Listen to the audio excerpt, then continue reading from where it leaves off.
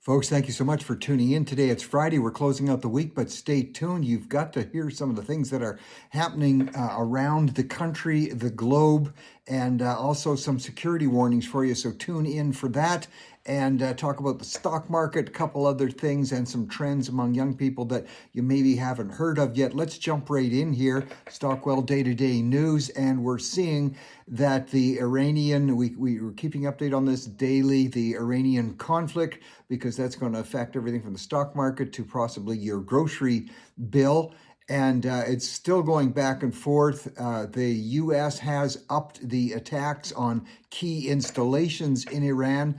And President Trump, again, saying he's getting impatient, but he's been saying that for a while, so we're not sure where that's going to go. Remember, we talk about this often, that when you're dealing with an extremist Islamist regime, you are not dealing with rational actors. Even when you're dealing with communist countries around the world, there's some degree of rationality. But when you are dealing with a government whose desire, among other things, is to actually evaporate in a great nuclear cloud and take down Jews and others with them, it's just not, you're not dealing in reality. And so these are the things that the competing interests being faced in these negotiations.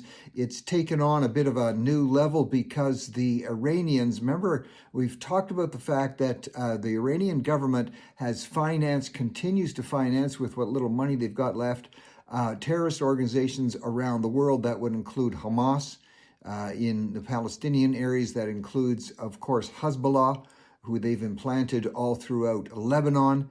And the Houthis this is also another Islamist extremist terrorist group financed by Iran. And they have announced that they're going to try and disrupt traffic, not just at the Strait of Hormuz, but because of the problem at the Strait of Hormuz, where a huge percentage of the world shipping goes through, companies and countries are proceeding with another route, and this is a route that takes them through the Red Sea. You'll be hearing more and more about this. It's called the Strait of Bab el-Mandeb, and it provides an alternate route for countries.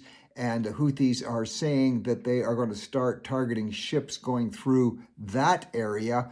Ethiopia is the country most affected by that. Ethiopia has got a population of about 130 million people, and they rely on that strait. So that has caused them now to be an ally of the United States. This doesn't get largely reported in mainstream media, who want to see the Iranian government succeed, to be quite frank. The Iranian government continues to say that continues to show their greatest supporters are from mainstream media in Canada, in the US, and at the BBC. You may have seen, it was kind of a ridiculous portrayal just last night on the CBC, that's Canada's taxpayer-supported TV network. They were showing one of their reporters in Iran, and they're saying, look at all the people. Wow, they're all celebrating. They're against the U.S. They're against all these other countries. They're for their dictator, extremist, beheading, hanging government.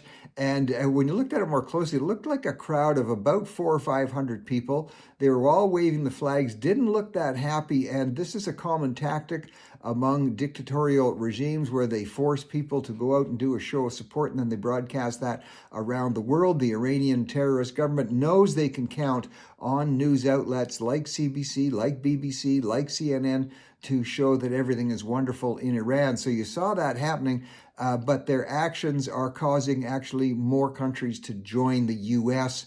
in terms of wanting to shut down the nuclear capabilities and the blockade capabilities of Iran. So we'll keep an eye on that. Good news coming out of out of Ukraine almost daily, as they are pushing the Russians back and out of one of the contested areas, the Donbass region. They're regaining territory there. They're doing a lot of this with their drone technology. The drone technology supplied, the money for that supplied by the United States, but increasingly by other European countries. President Trump has been putting pressure on the EU countries for the last year to say, why should the U.S. be carrying the pail of money all the time to fight off and push back the Ukraine. So the other EU countries have been stepping up their investment to Ukraine. That's resulted in an increase in production of these drones, which are pushing back the Russians. So, keep an eye on that. We'll see if that continues. Well, as we talked about for about 2 weeks, the SpaceX, Elon Musk's company, the SpaceX company, launched what's called their IPO. Remember, an IPO is what takes place when you have a company, a private company, and they're doing very well, and they want to bring in more cash to finance more operations and more research. So what they do, it's called going public. That means they issue shares, so anybody can buy shares in the company.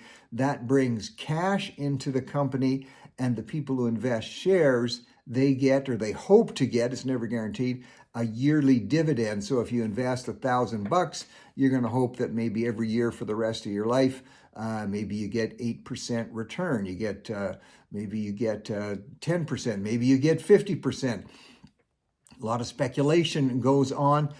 So they did, in fact, they have become now the world's largest public company, $1.8 trillion valuation. Again, as we predicted, the shares were very well taken up all across and around the world.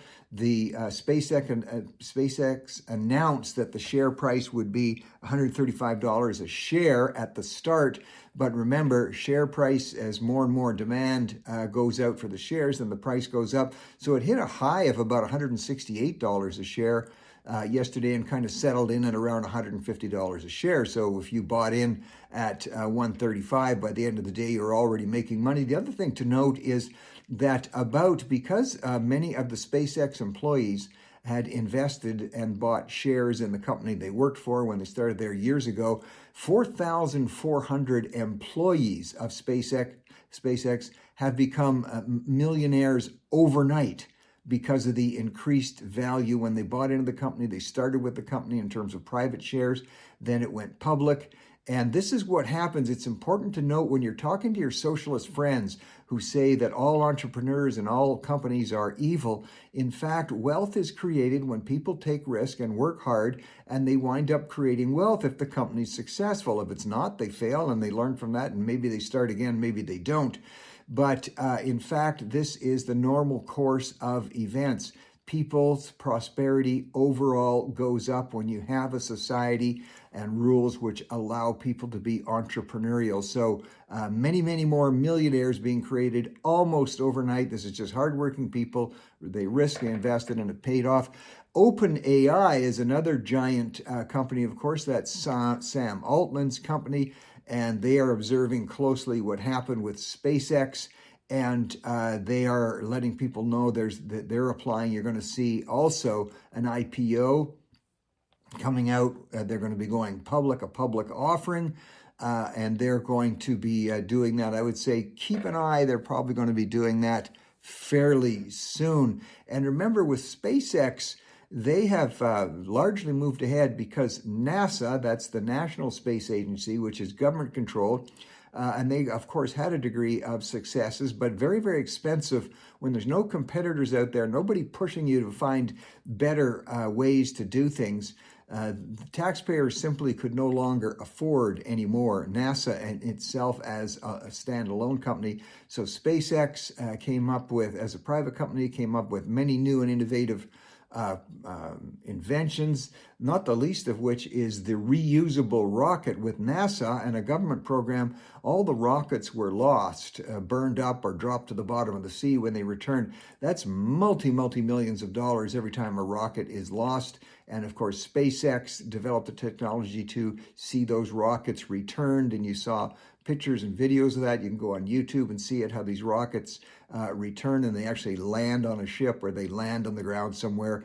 And so it just, even in terms of recycling, SpaceX has made huge breakthroughs there. So we'll see what happens. Well, when Prime Minister Carney in Canada announced that we were going to be into Canada, he was going to be allowing the import of almost 50,000 Chinese electric vehicles. There was some concern about that, especially from countries like the U.S., who said that all Chinese electronic product coming into any country will have embedded in it certain ways that they can survey and they can spy, et cetera, et cetera.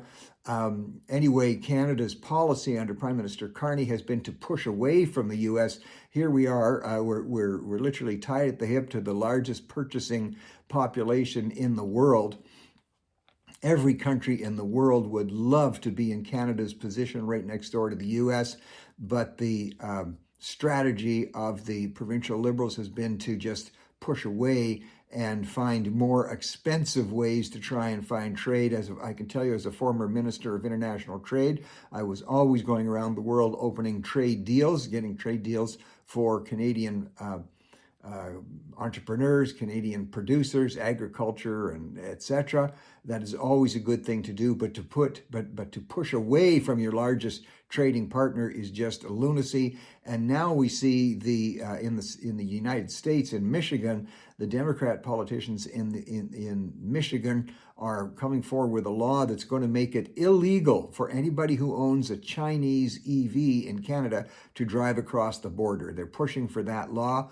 They think it will be successful. So if you're in Canada and you're thinking of buying a Chinese electric vehicle and you're never going to travel to the U.S., well, that might be something that won't bother you. But if it is a concern for you, or if you think about when you eventually go to resell that vehicle and anybody buying it is never going to be allowed to cross the border, these are all the possibilities that are looming out there. Not a good sign, but that's what happens when you have bad policy. Your citizens get hurt. Mayor Mondani in New York is continuing to find that out. As you know, he's going after all successful CEOs, finding all different ways to increasingly tax them, to tax their assets at new levels. And he's particularly picked a fight with the CEO of Citadel, a company, an investment company. And Citadel has announced that they are moving to Florida. They've also announced that they are going to be building and investing in a 300-unit condo unit building in South Florida. And they've just announced they're going to be building a 1,400-car parkade in South Florida. All of this showing that when you try and punish people who are hardworking, people who are successful, people who are invest, people who create jobs, as a true socialist, Mondami's going after those people, and clearly that is continuing to hurt not just the city but the state of New York, as people will leave and go and create jobs elsewhere. Well, there was a number that was just released, an analysis in the federal government in the United States, saying that their senior citizens program, we would call it old age pension, different countries have different words for it, that particular program will be depleted of funds by the year 2032. Well, it doesn't mean they're going to let their seniors starve. It just means they're going to have to borrow even more money to keep that fund going because they won't make adjustments to it. Remember, the single greatest cause of inflation, yes, wars have some contribution to inflation. There are other factors. The single greatest cause to inflation, going out to all my usual watchers and listeners, is what? Yes, you got it. Governments increasing their spending with borrowed money. Governments increasing their spending with borrowed money is the single greatest cause for inflation and why you have less buying power at the grocery store. Now, if you recall, one of the first things Justin Trudeau did when he got elected as leader of the Liberal Party in 2015, he canceled a very important revision that the Stephen Harper Conservative government had made to the seniors program.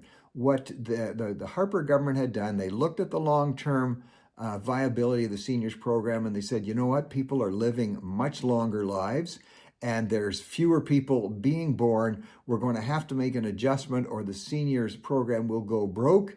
And so they brought in a law and they phased it in carefully that said the age of retirement, of paid retirement, that's full pension, would move from 65 years old to 67 years old. and it was going to be phased in over a number of years so that anybody, first of all, over 65 was not going to get hit, and people who are close to being 65 would have time to make the adjustment. And it was all put in place, and everything was successful. There was not a huge outcry. The plan was stabilized long-term for many, many years. People could look forward to their seniors' benefits. The first thing Justin Trudeau, as a Liberal, this is how Liberals think, did, he canceled that innovative approach and pushed it back to people can start receiving at 65 years old, putting the Canadian Senior Citizens Fund in jeopardy. Ridiculous assumption there. And everybody will be hurt not just in the U.S. with their program, but in Canada. If these programs are not adjusted to meet basic realities while still being able to keep the same payments up, then you're going to run into problems. And liberal and left-leaning governments do not understand that and will continue to put citizens at peril. The other thing is something else that's putting citizens at peril, especially seniors. And we talked earlier in the week about AI and how people are doing these deep fake videos where they can just take a photo of somebody's face off of the internet or wherever and turn that into an entire generated video. And we talked about the problem that's coming with that. Thousands of people who have literally their faces stolen, and then all of a sudden there's highly sexualized content of them appearing to be in pornographic movies and other things, and they had nothing to do with it.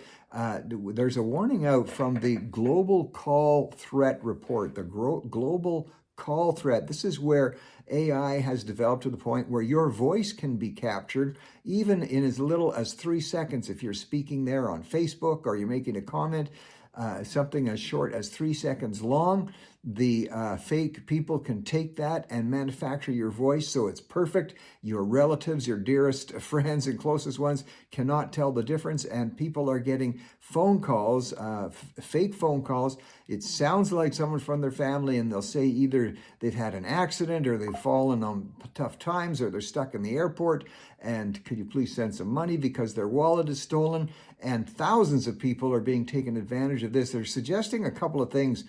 For emergency calls, obviously you may not have to do it just for casual family calls, but for emergency calls, develop some kind of a code with your family so that you know it's truly them. If it's an emergency call, that's usually the signal. It could be fake, but it might be real. So we get that call, tell them you need to call them back right away, but find a way to check before you send the money. Very important.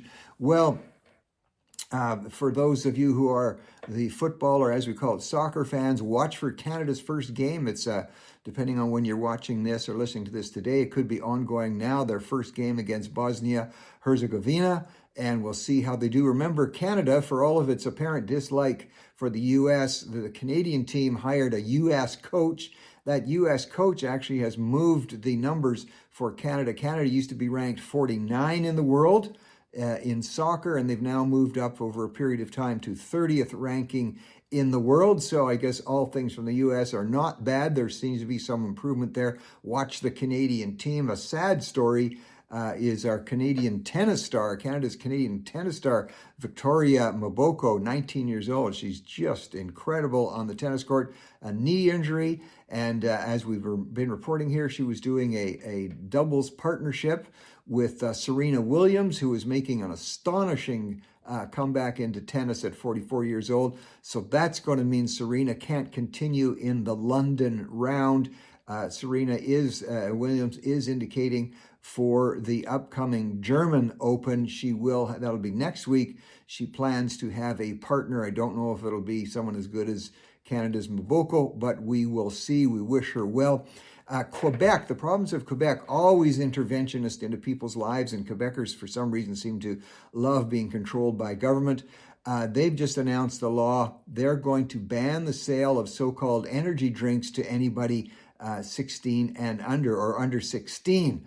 Well, they say it's unhealthy. I guess they need to contend with some questions. They're saying if the 150 milligram per liter, that's the limit they're going to allow. So I don't know. What does that mean? They're going to, chai tea has a much higher caffeine content than 150 milligrams per liter. Black tea has a higher caffeine content. Drinks like Mountain Dew have a higher caffeine content.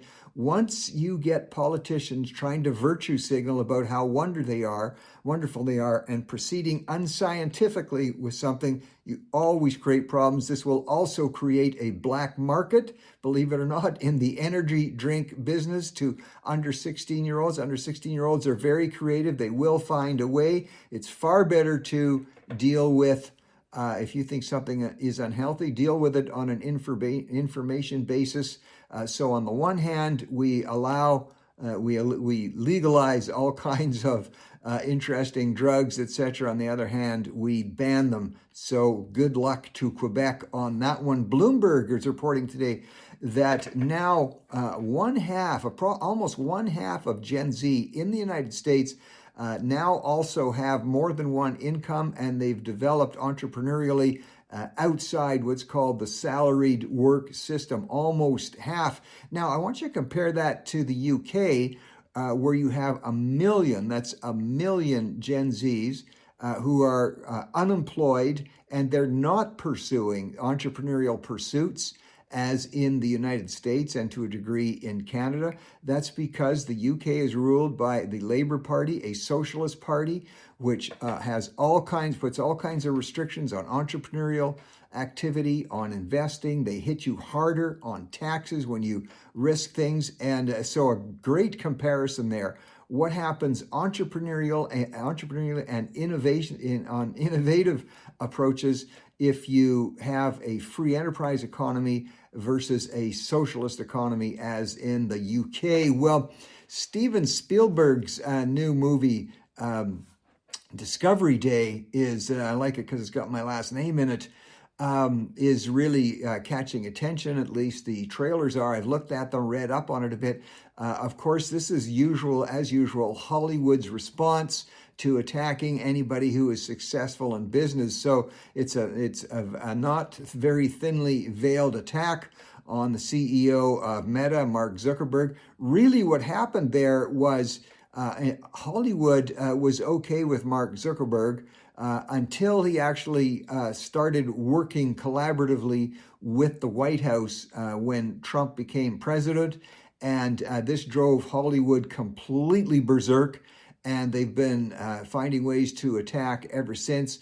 And this particular movie is doing just that. But kind of interesting, there is a Roman Catholic priest who has come out. You want to check this out. He's very well known. He actually was very, very wealthy in Wall Street up until, this is Father Rehill, and his diocese is in Tennessee. Very wealthy on Wall Street, and he experienced quite a radical conversion when in 1998 he sold off and gave away many of his, if not most of his millions, became a priest. And he said he had experience with dealing with Satan and satanic activity. So he's become quite well known in the Roman Catholic Church and the Catholic Church as an exorcist of sorts. And he's looking at the movie where Spielberg says, the Spielberg movie Discovery Day, Spielberg is boasting, saying this movie is going to shake the faith of Christians. Well, people have been saying that for 2,000 years, but Spielberg's actually bragging about that. And Father Rehill is taking it a little more seriously. He's saying he believes that film may actually have been endorsed by or having the support of Satan himself. I don't know. I'm going to leave that up to your judgment. Father Rehill does have considerable experience dealing with people coming out of Hollywood in terms of delivering them from satanic activity. He talks about many rock groups and rock performers that have told him that they dedicated their albums to Satan. They had special ceremonies when they were coming out with new rock albums. This isn't all rock groups. I'm not coming at it that way. I'm just telling you, it is well known that many people in Hollywood do consecrate themselves in special ceremonies to Satan. Not all people, calm down, but many do. And Father Rehill is talking about the Spielberg movie, saying he thinks, in fact, it may be cursed. I don't know if it is, but I'm saying draw close to God, folks, and smile at his love and mercy, and you won't have to worry about this other stuff. Thanks for tuning in. Catch you tomorrow.